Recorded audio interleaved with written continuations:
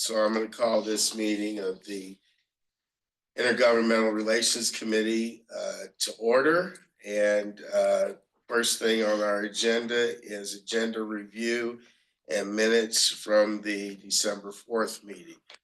Do we have any additions or corrections to the minutes from the December 4th meeting? Have anything, Counselor? Nope. I think we're good. Right. Well, and are we good on the agenda? I'd like to make a change to add in an item number before the legislative update on election. So 2A? Yes. All right, so we're going to add 2A from Ethan. So all those in favor of approving the minutes from the December 4th meeting signify by saying aye. Aye. It passes. And then agenda review, we have updated the agenda. So Ethan, take away 2A. Go for it. Thank you, Counselor. So the first meeting of the year, it's after, and in the your operating agreements, it says after the mayor has appointed IGR committee members, assuming that occurred, the three of you, or the two of you and Councilor Groves are the IGR committee members, is that the first meeting after that occurs would be the election of the chair officers. And because Councilor Groves is not here, my recommendation is that you postpone that to the March meeting. We could elect Randy now. Yeah. No, I That's get what you. Yeah, get. we'll postpone it till March meeting for election of the officer. Sure. Sounds good. All right. Thank you. All right. So then we can move on to our legislative update. So Ethan, take it away. Excellent. Thank you, Council. In your packet, there was, I'm working off of the email that I sent out on Monday on our 2025 legislative session week 2 recap. And so I'm just going to walk through this. If you've got any questions, please let me know. And then there's also, if you've got items that we need to dive on into or add to the agenda, we can get into that. But starts out with Eugene priorities and this number one, unhoused response funding. We're still waiting on a bill to be come out of legislative council. And so the governor's office and Representative Marsh and I checked in with them at the end of last week, and it was still in LC. And so once that bill comes on out, it'll be put into OLIS, which is the Legislative Information System, and it'll be set up for hearing. And so at that point, and we'll be able to work around it. And so that's just continuing to wait for the bill to come out of LC. There was an article in the Oregonian, just in terms of workload for the Capitol right now. There was an article in the Oregonian Monday, I think it was, and no, it was yesterday, and it was discussing the number of bills, and that there was actually a record number of pre-session bills that were released. 2,200 bills that were released, and it's a 20% increase from years prior. And the article called out two specific legislators. Representative Paul Evans had 320 bills, I think. That's the 20%. Normal advice. So, like, as not being a legislator, what is like a normal number? I would say, well, it depends on if you're a freshman or if you're a committee chair or how long. But I think like some of the more senior members, they'll release 20. That's still 20 bills, maybe 30 bills, maybe. And then freshmen, they'll release 5 or less, but they'll co-sign on to as a co-sponsor or as a supportive sponsor. Okay. So 300 and well, is a large number. And then Senator David Brock Smith, he put out like over 130. And the the rationale that was shared in the articles, that this is their transparency and opportunity for democratic ideas to be put forth. People, their constituents want to have an initiative and they want to see a bill go forward, and so they put that forward. But it does create a lot of work when you think about legislative council needing to write, even if it's taking a bill that had been already prepared in the past, to move it forward and say, okay, we need to put it in updated language and everything else. So it's just a lot of work. So that's, I think, one of the reasons why there's it didn't get into the pre-session pile, which this bill did. It's just taken a little bit of time. And it was also creating a new program related to homeless services for the state. Still working on pulling together materials for our Clear Lake Road infrastructure. That the Capital Construction Subcommittee and Joint Ways and Means will probably start having meetings in March-ish. So, you know, I'll be pulling together materials in the next couple of weeks to make sure that we meet that. And more than likely, Mayor Knudsen will have you either go in person or more than likely just call in and do a video testimony, because it's a lot of waiting and then getting it on and doing 2 minutes. So thankfully, though, they tend to have elected officials go at the top of the meeting. Continuing to work with Lane County to support their stabilization center. There's a speaking with the county, we'll be putting together, they've requested a letter, and I've got the bones of it, put a letter of support together for their request for reallocation of dollars in this initial budget balancing bill, and that'll be likely happening in the next couple of weeks. And so I'll get that out by the end of next week, I'd say. Support increased protections related to public officials. And so this is Senate Bill 473. And I just got a notice that this is scheduled for public hearing next Tuesday in the afternoon in Senate Judiciary. So I'm pulling together information on that and being prepared to testify on that. So, the secure authority for local governments to prohibit firearms in public buildings. So as I've shared in the past, Metro is leading that bill. It's being, there hasn't been a bill released yet, and I think that this is part of the session politics of taking something that is fairly controversial related to gun rights and issues related to public safety, and the House and Senate leadership are navigating when and where and how they would put that forward. And then number 6, improvements to the ground emergency medical transportation system. And so that bill hasn't been released yet to my knowledge. And also there's been updates, administrative updates between that OHA is proposing to make that our Eugene Springfield Fire staff has been engaged in. So I need to touch base and get an update on that. But I think that that's moving forward in regards to what needs to happen administratively, and then if there is a bill that needs to come in and change any statutory authority for OHA related to the GMT program, then do that. But if most of it can be done administratively, then we'll see that happening outside the bill. Any questions on Eugene priorities before I keep moving on? No. Okay. So in regards to Priority 1 bills, these are a smattering, I'll be adding more. But House Bill 233 would establish a task force on impacts and balance measures 5 and 50. We supported that. It initiates state research on 5 and 50 on local government finance. This was part of a package that Representative Evans had put forward, and Representative Nathanson, as committee chair in revenue, put it forward for public hearing last week.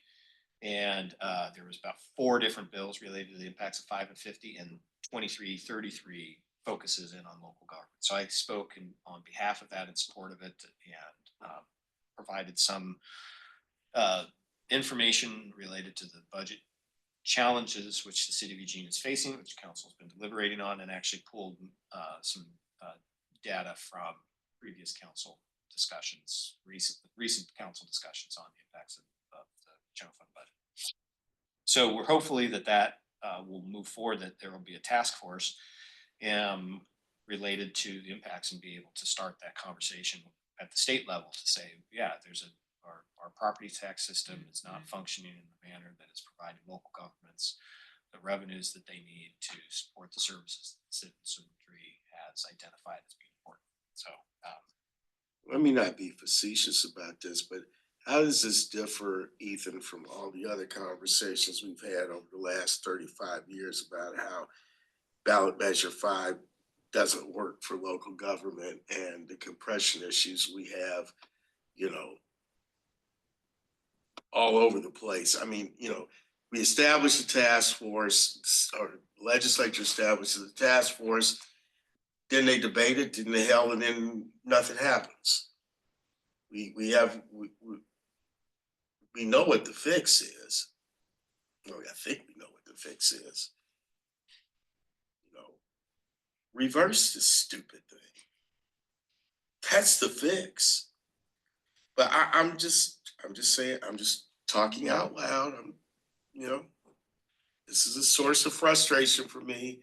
I remember when it passed in 1990, and then 50 came behind that, and the money was coming from places outside of Oregon to create the situation that we have, and it went on right down the line to California and every place else.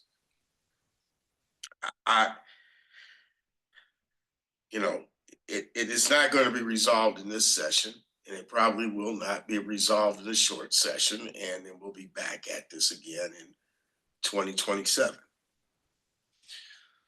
Councilor Evans, in regards to how is this different, I would say that there's probably not a whole lot of differences in terms of the stance of local governments to be able to say, hey, there needs to be revisions to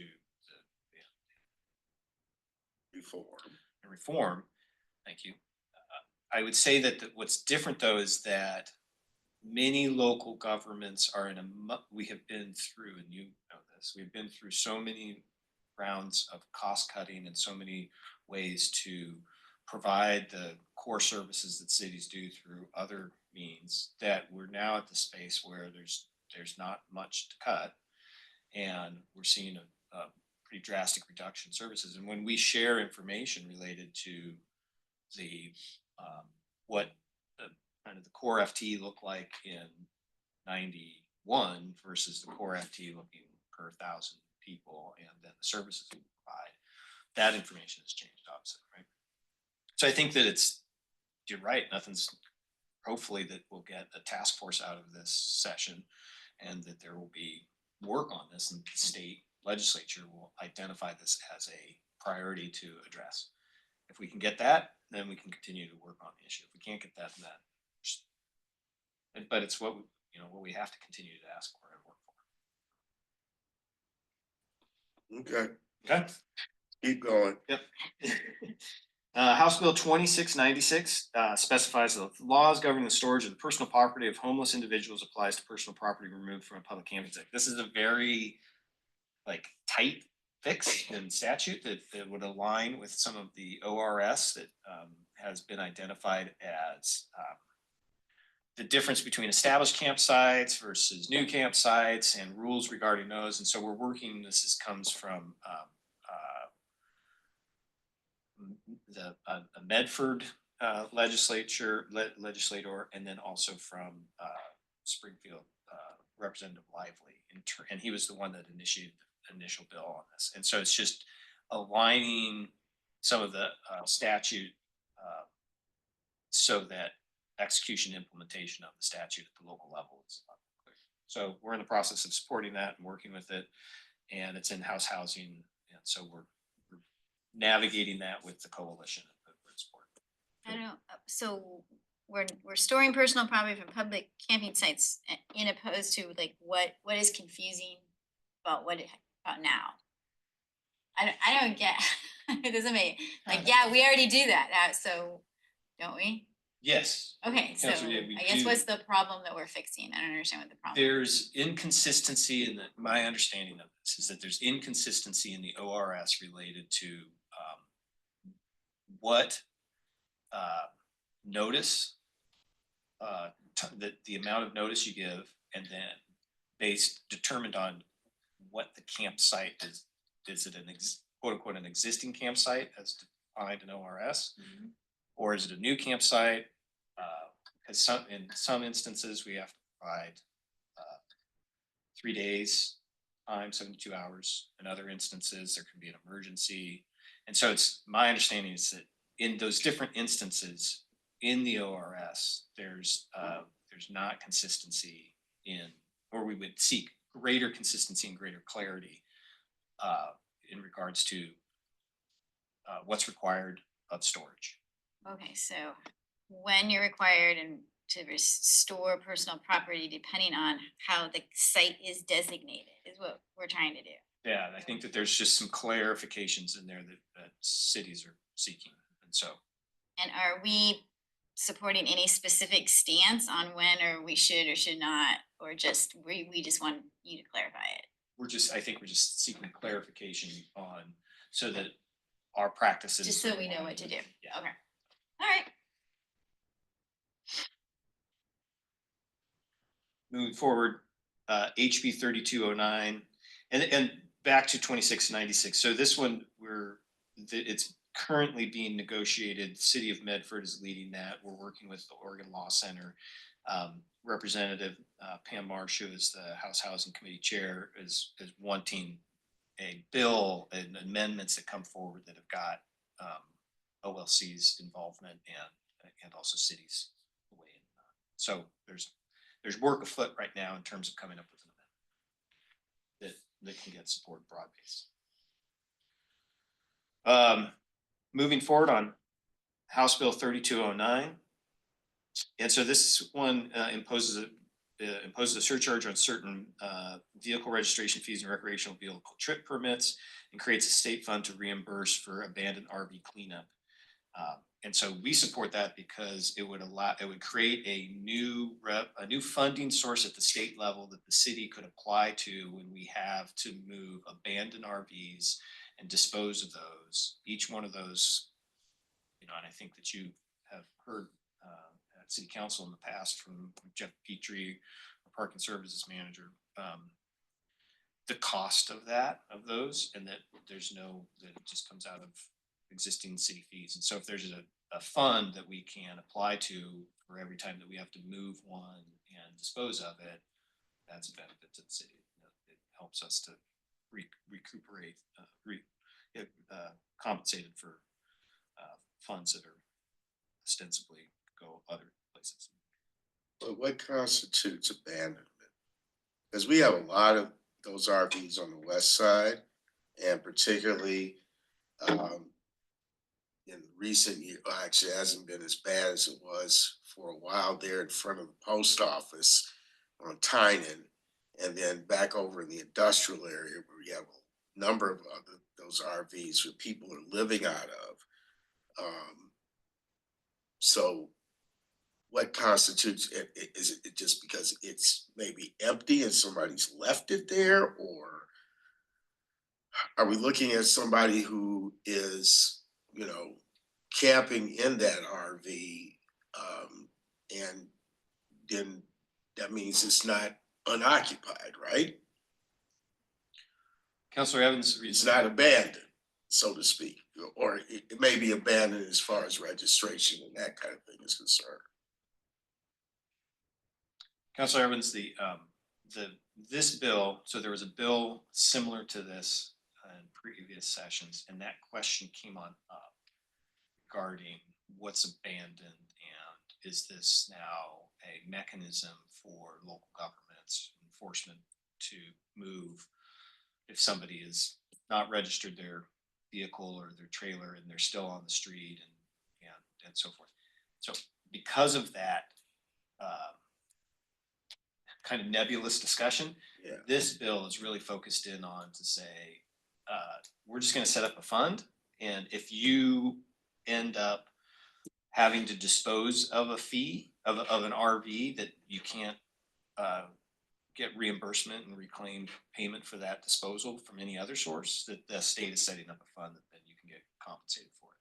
So it's really this bill is different than the past ones, trying to move away from that piece that can get a little bit stickier related to is that an abandoned or not? Is it somebody living there? So it's just, hey, if you dispose of a vehicle and you're seeking reimbursement, there's going to be a fund that you can get compensated for from the state. I don't know if you know this or not. Is there a boneyard for these kind of RVs? Because I would assume that when you dispose of them, you have to take them someplace. So, I mean, are we taking them out to Eastern Oregon? Like, when the military wants to dispose of helicopters and other equipment like that, they take them out in the desert in, Arizona and New Mexico, and there's a boneyard. Do we have a boneyard, or is there some other facility that we take them to that we break them down in? Councilor Evans, that's a good question. I do not know. My assumption is that these are disposed of. They're not set off like in a, many times a lot of them will be burned out. They'll be toxic, asbestos potentially. So I think that a lot of times it requires, and especially if we've now taken Special handling circumstances. yeah, and if we've taken accountability for it because we're pulling it off the street, then we're going to not want to see end of life of that material in a responsible way. Having said that, I don't know what happens to these things. I can ask Jeff Petrie. Jeff, yeah, that would be good if we could get some feedback on that from Jeff, because, I would assume that, the responsibility or liability with disposal of this material would end up, on the city. And that brings up a whole bunch of other issues, like you were saying, asbestos, other chemicals that are, going through these kind of RVs, how do we safely dispose of them? Mhm. Yep. Okay. So I can follow up and seek input from Jeff. Yeah, that would be great. All right, let's move on. So then moving forward on Senate Bill 197, this makes permanent the temporary changes made to the landowner immunity laws, which is commonly called recommunity, recreational immunity. So we're supportive of this, and the bill is in Senate Judiciary. And so the law had been passed, but there was a sunset on it, and so we're having the sunset be removed and just be. And recently, the city was litigating a case where a claim had come against us, and we were using the recommunity statute as part of our defense to be ensure that held harmless from the claim. So it's of use for us operationally right now. So we just want to see it be put into permanent nature. House Bill 2018. And so this one basically amends the allowable uses of monies appropriated to the Oregon Business Development Department for distribution of cities. And so we support this one because it reauthorizes 2024 legislative funding for housing infrastructure projects, so Crow Road. And so it's basically updating the budget bills from the last biennium and moving that money forward into this biennium. We're also seeking a revision of the title of our project so that it can also cover the stormwater and transportation projects that are the infrastructure projects that we want to invest in out of Crow Road. The way that the title of our project in that bill last year was written was water and wastewater. And so for us to expend the money on stormwater and on some of the roads out there, we need to just get that revised. So we're in the process of doing that. That would add to us, building new access roads into the Crow Road project, correct? Councilor Evans, I don't know what the scope of the infrastructure improvements, if they need to build new access roads or if it is improving the roads that are existing for then private developers to come in and build new access roads. So there's really only one way in and one way out there now. Yeah, but there's a whole bunch of little tributary deals. Yeah. So I don't know what the scope is, but I don't think it's massive compared to the scope of extending. It's as large as the scope of extending the wastewater, water, and the storm. Got And then House Bill 2533, and so this one was up in committee hearing yesterday, and this is from a previous council's adopted priorities, which we took off because we kept on bringing it forward, but it was never traction. And so this year, City of Portland is moving forward with it, and what it does is extends the statutory timeline for inspection of public records when the exemption is based on attorney-client privilege. And so there was a Supreme Court ruling in 2022 that up until that point, there was never really a timeline for attorney-client privilege to be exempted from public records requests for public entities. And the Supreme Court rulings kind of pegged it at around 25 years. And so public agencies are asking for that rather than indefinitely, which is what the attorney-client privileges would be for on a private sector, on a private case, that it be extended to 50 years as a negotiated place for to stand.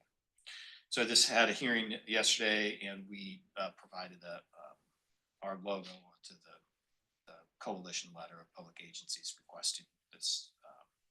And as an example, and the city of Portland provided this, is that their litigation related to the Portland Harbor cleanup, which is a Superfund site, has extended. It is extending into the 25-year period. And so if the 25 years stands, then entities that are still in the process of litigation can do a public records request to get attorney-client information from the city of Portland and others related to strategies and ways that they've been approaching litigation to clean up the harbor. And so that was an example of, in the public's interest, it's better to have those exempt from public records request to ensure that public interest is maintained. So that's one of the examples which was provided. So, but we supported that one, and it had been a city priority in the past. So. And then just moving forward, at other times we're asked, it might not be a priority one, but we're asked to provide testimony. And so the last, I think it was 2 weeks ago, House Bill 3232, and that bill came out of the East Blair Housing Co-op in the Whitaker area. They were established in 1981. City council, the state created the low-income rental housing property tax exemption in the late 80s, early 90s. The city council adopted an ordinance implementing that program at the city level at 1990, and it allowed. And then recently, the state included limited equity co-ops to be eligible, and that's what the East Blair Housing Co-op is, to be eligible for the LRPD, the tax exemption. But it was pegged at when the local government implemented their authorizing statute. And so any LEC had been, since 1990 was eligible, but because of that timeline, that time restriction, then East Blair Housing Co-op is not eligible for the tax exempt status. And so this bill would allow for that to occur, that it wouldn't peg it that it would just say, if you're eligible, you're eligible. So we supported, I said, yeah, we'll support as a, letter of support. And then Representative Nathanson asked City of Eugene to give something on the record in person. And so I went and gave testimony in person on behalf of the city for this. And so see what happens if it moves forward. But it's not a priority one for us. Did what we needed to do.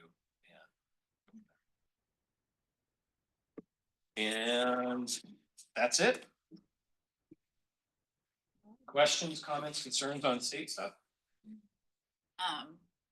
Did you talk to the plastic bag people on Monday? I was supposed to call you. They have a bill. Yeah. That's what, and if I don't think that people. your name Osberg. was Osberg from the University of Yeah. Oregon. Forgot we were Um, recording. Yes, I met with two students from the university from Osberg on Monday. They're working on something they're calling a better bag ban to close.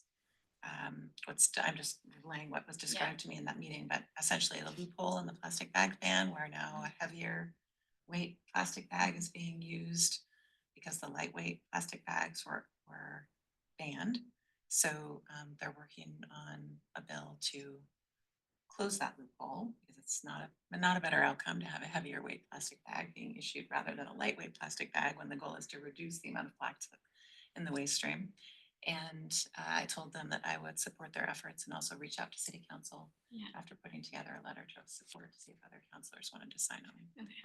I did also advise them based on the little bit of information they'd shared, and I'm waiting for them to send some follow-up information, that there could be certain uses of plastic related specifically to food packaging that might actually be an important part of keeping more waste out of the waste stream. So there's nuance, I think, in this discussion, but the big picture being less plastic floating around in the oceans, less plastic into the landfills and being carried away by birds and animals. So. I told them I'd bring it up and make sure it was on our, because I know it has a number and I forgot the number, but I heard Fragula, is a co-signer. So that was actually one point of follow-up, and I think this was just yesterday. They did mention that there is a bill,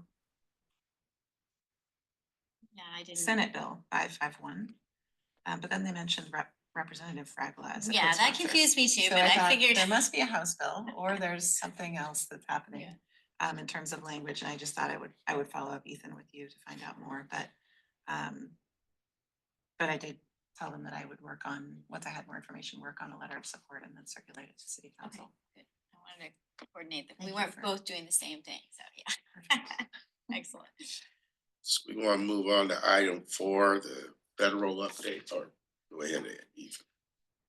So I do want to address that really quickly. So Senate Bill 551 is it's been referred to Energy Environment on the Senate side, and to your statement or potential question, Mayor Knudsen. Any member can sign on to any bill. And so it's a Senate bill and it's got House co-sponsors, but there's one of the chief sponsors is. So in this one, Senator Solomon is the chief sponsor, and then Representative Neron and Senator Anderson is another chief sponsor. And then there's regular sponsors, and in this case, Representative Fragala, Kamba, Gomberg, Hudson, Lively, and Nose, and Senator Patterson. And so that process is there. It's been assigned a committee. It hasn't been assigned any meetings, but if this is something that, excuse me, I would say that we want to dive into this a little bit more, and I can work with staff to understand what our position would be in regards from a policy standpoint, because we do have a bag ban that we've, having been familiar with that as the lead staff. Oh, well, that's Past perfect. years ago. Some history. So I would say that I'd like to check in and see where we are, and then if that's something that I could take a position on based on existing priorities, then that becomes the city of Eugene's position, and then we can issue letters, we can lobby, and if it makes sense that you would like to go on up.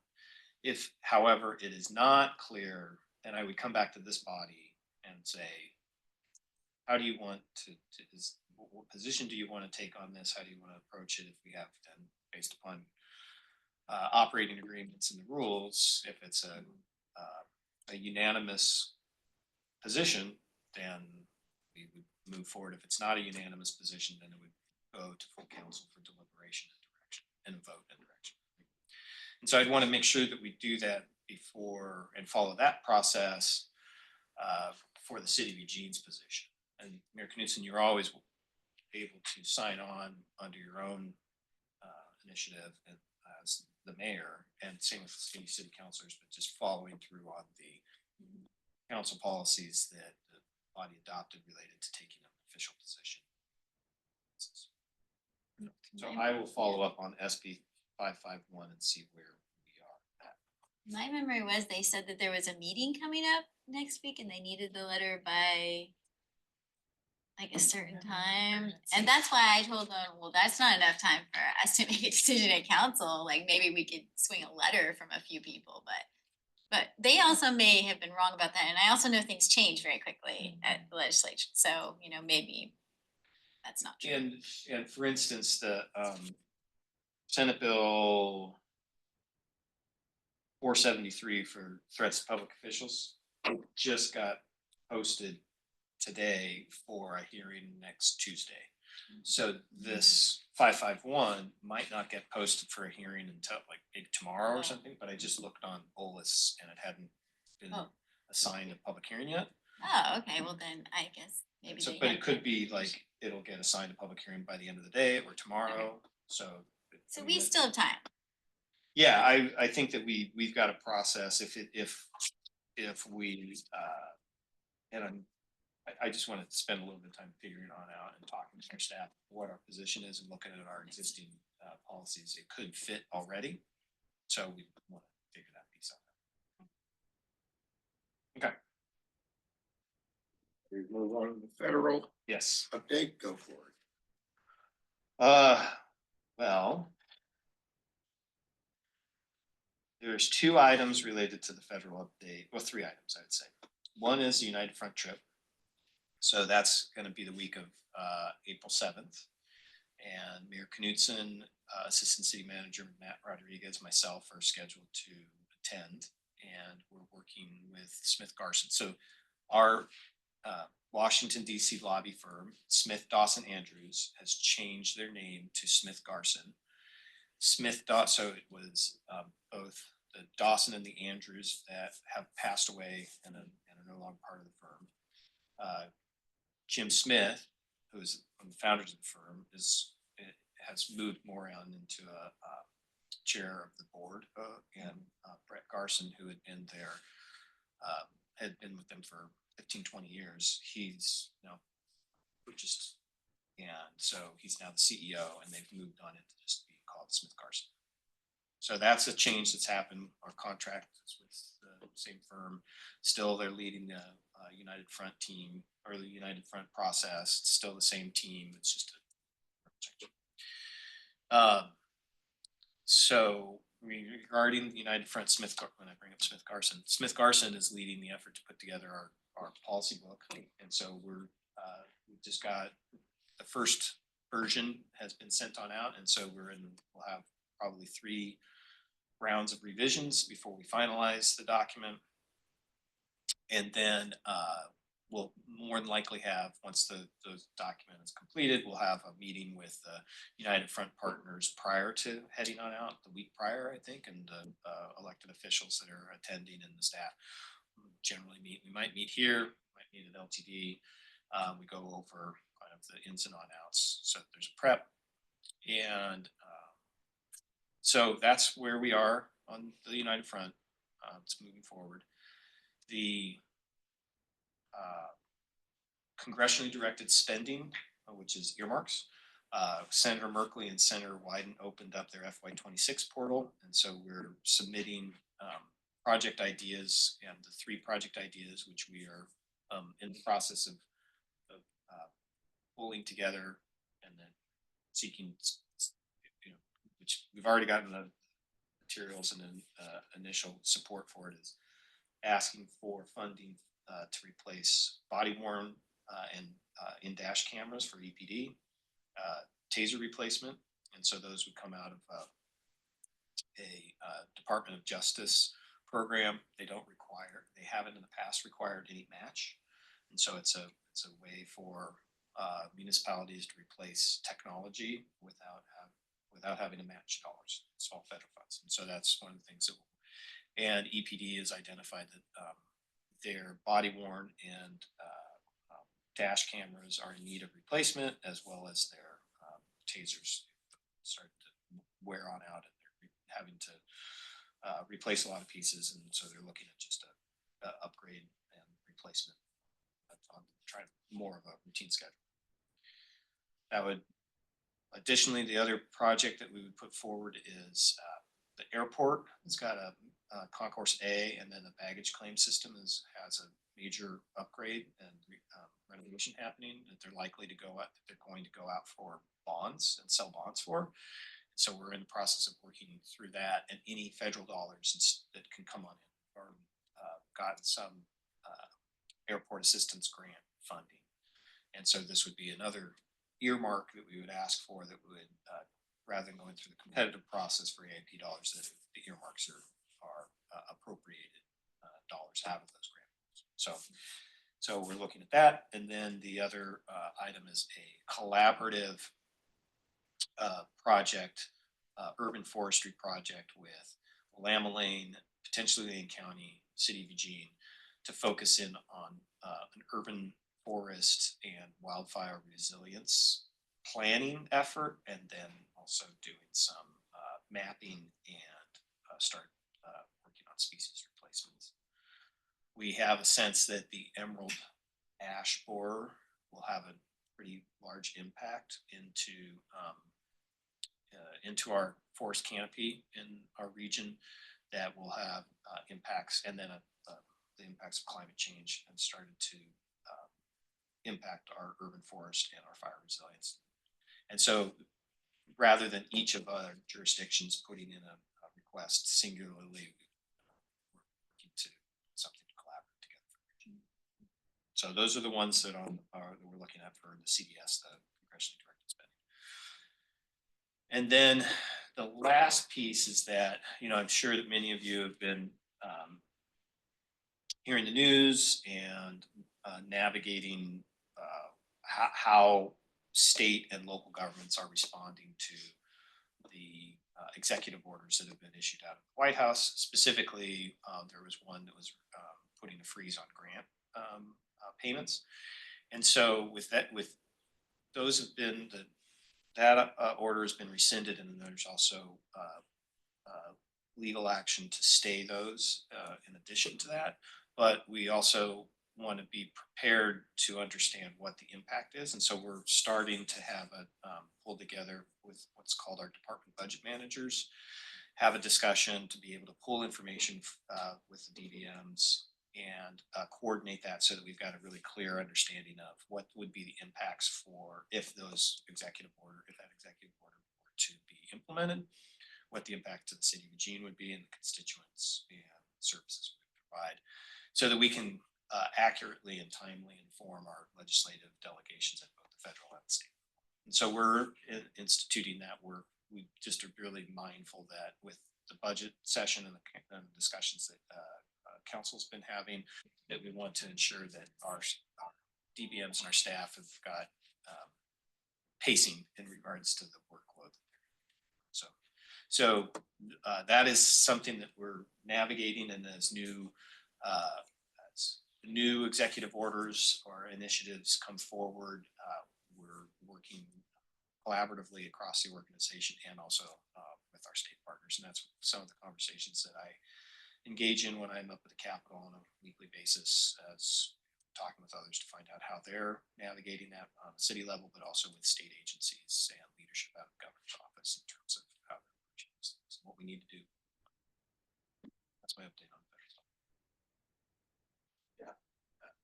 I know things are changing rapidly. Like every day, there's like a new announcement about what's going to be defunded, or what departments are going to be cut, and all of that on the federal level. So this stripping of the federal, government, for lack of a better metaphor, that will affect us downstream on the local level. Do we have an idea of what the full scope of this is yet? Or is this just whatever happens, whatever day that it happens, that we find out that, there's an executive order from the White House, or there's gonna be some kind of legislative action that's gonna be taken up in Congress, like they just can't shut down the Department of Education by executive order. They have to do it by, congressional action. So do we have any idea of what the congressional agenda is going to be coming out of the administration? And then how does that affect us downstream as a, municipal government? I mean, Councilor there's a variety of things you're talking about cutting. Councilor Evans, I would say that the way that, I'll speak for IGR and then what I've seen at the state level has approached this is that there are a number of initiatives and or actions that are happening under executive authority that are potentially an expansion of executive authority. And the process seems to be that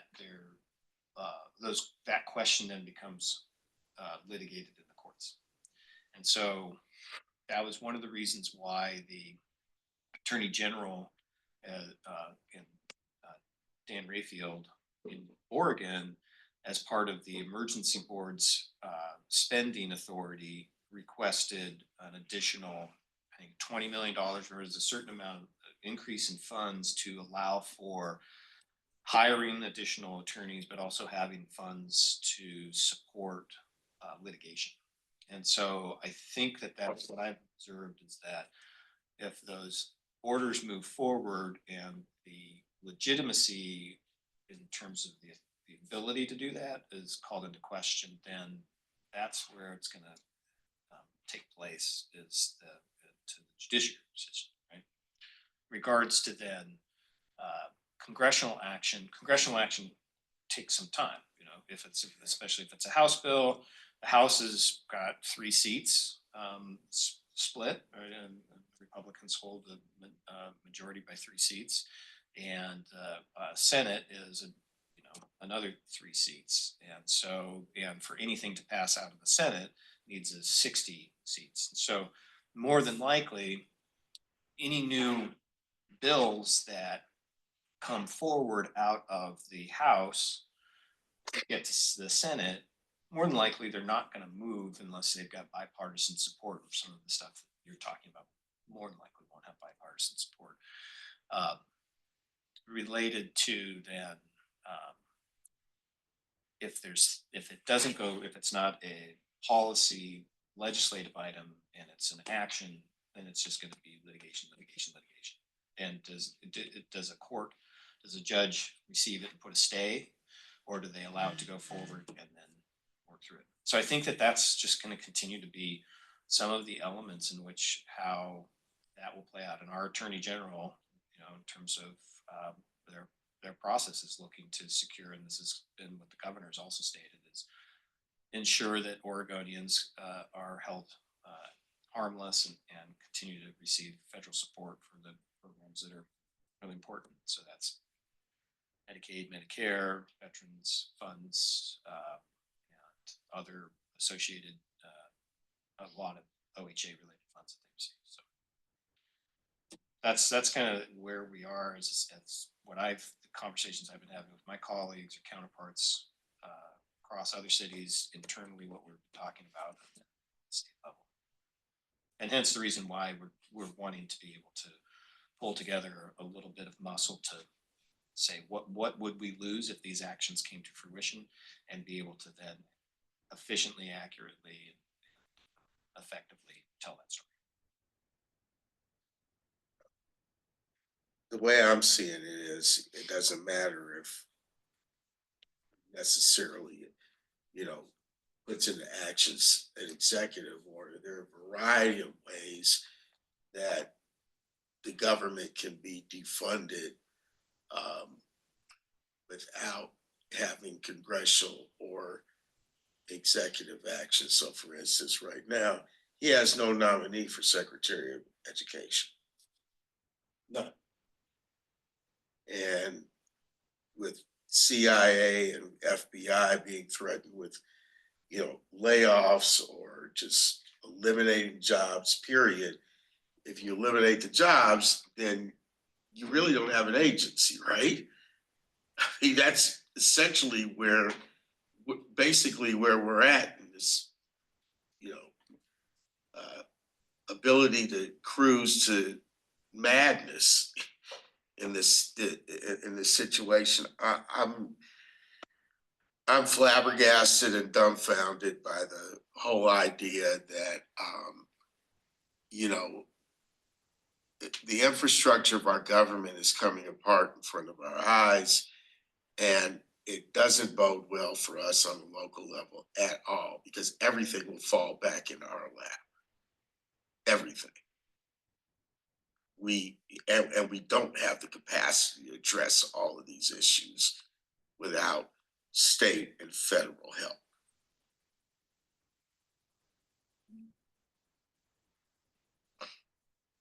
Not asking for a response, I'm just making a comment.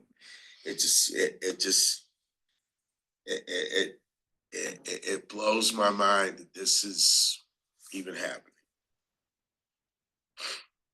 Councilor Ye, Mayor. Well, I mean, I can hear your frustration, and I think we all feel like that. And it doesn't help that you're just waiting every day to hear what the next thing is, right? It feels like you don't have a break, and you're helpless. And I think that in order to stay sane, we just have to focus on what we do have control of, right? We do have control of some of the things in our community, and just have to put our efforts there as much as we can, and then support our colleagues at the state and federal level in ways that we find that we can. And so hopefully Ethan can help us do that. But yeah, I get it. It's like, I hate watching the news. It's hard. We're also very lucky to live where we do, because there's places that are going to be harder hit than here. I do think if I could just add to that, counselors, that one, this very meeting is a good example of modeling transparent and accessible and accountable local government in terms of just how we are working through, and then also making publicly accessible the discussion of how the city lobbies and prioritizes its efforts in Salem. So in the grand scheme of things, continuing to do the hard work of local governments is I actually think very important in the showing, not telling portion of this program. Like, this is what it is supposed to look like. And that does not mean by any stretch that it is perfect or infallible, but it is in alignment with our values and with laws and powers and responsibility that council holds, and that we all take our oaths of office to. I do think that right now also there is a lot of extra energy in the atmosphere to make the understatement of the year, that there's a lot of confusion about declarations made through executive order or executive action that sound like completed actions that are more the expression of an initiation of direction that then falls into, I think, a judicial question about where the executive powers end and where Congress's power begins, and who gets to do what, and where the judicial branch fits in. And I think we're just going to have to keep walking into this future, because while it does seem extraordinarily disorienting and is very scary and harmful and confusing to people, I do think we are going to find a time in the future that both our legislative branch and judicial branch decide that they too have roles. And we will work through this chapter, and then we'll continue on into the next.